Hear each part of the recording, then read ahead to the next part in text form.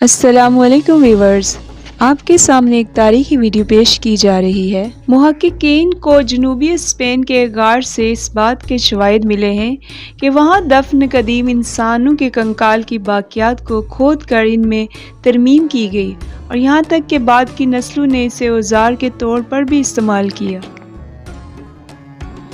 Switzerland کی university of burn کے محققین کی سربراہی میں ٹیم نے جنوبی اسپین کے شہر گرناڈا کے قریب ایک غار میں پائی جانے والی باقیات کا جائزہ لیا۔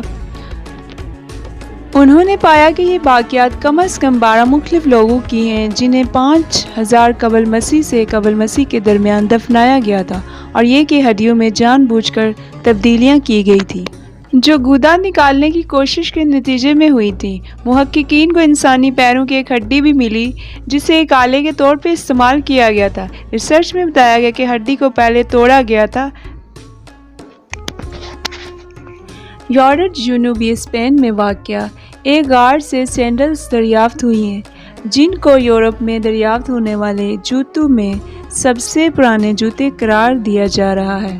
ماہرین کے مطابق یہ جوتے 6002 سال پرانے ہیں۔ عالمی خبر رساں ادارے کے مطابق اسپین کے جنوبی شہر گرناطہ کے قریب موجود غار سے 19ویں صدی میں دریافت ہونے والی ٹوکریاں، آلات اور سینڈل تعین کردہ دور سے بھی زیادہ پرانے ہیں۔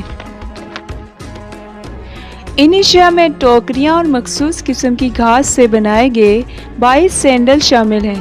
قدیم انسان گھاس کو بن کر ٹوکریاں، بستے اور سینڈل بناتے تھے۔ اشیاء بنانے سے پہلے گھاس کو 20 دن تک سکھایا جاتا تھا، جس کے بعد 24 گھنٹے تک دوبارہ گیلا کیا جاتا تھا۔ اس طرح کے سینڈل آرمینیا میں پائے گئے جو اندازاً 5500 سال پرانے ہیں، جبکہ اورزی دی آئس مین 1991 میں اٹلی سے دریافت ہونے والا قبل از تاریخ آدمی کے جوتے 5300 سال پرانے ہیں۔ اناطولیہ ترکی ویسے تو ترکی میں بہت سی تاریخی عمارات اور آثار ایسے پائے جاتے ہیں جو اہل دنیا کی نظروں سے آج بھی اوجھل ہیں، اور اب ایک بار پھر قدیم تاریخی شہر باتوسا کے کھنڈرات سے ماہرین آثار قدیمہ نے ایک نئی زبان دریافت کر لی ہے۔ باتوسا شہر دور قدیم میں ہٹی امپائر یا سلطنت ہٹی کا دارالحکومت ہوا کرتا تھا۔ یہ قدیم سلطنت کانسی کے دور کے اواخر اپنے عہد کی سپر پاور تھی، جس کی سلطنت کی حدود اناطولیہ سے لے کر شمالی شام اور ایجین سے لے کر مغرب تک پھیلی ہوئی تھی، اور مشرق میں اس کی حدیں فرات سے جا ملی تھیں۔ باتوسا شہر کے کھنڈرات میں کھدائی کے دوران ماہرین آثار قدیمہ کو 30,000 کے قریب کینیفارم گولیاں، مٹی کی ایک تختی جس پر قدیم زمانے میں لکھائی کی جاتی تھی، برآمد ہوئی ہیں، جن میں اناطولیہ کی تاریخ، روایات اور اس وقت کے معاشرے کی تفصیلات موجود ہیں۔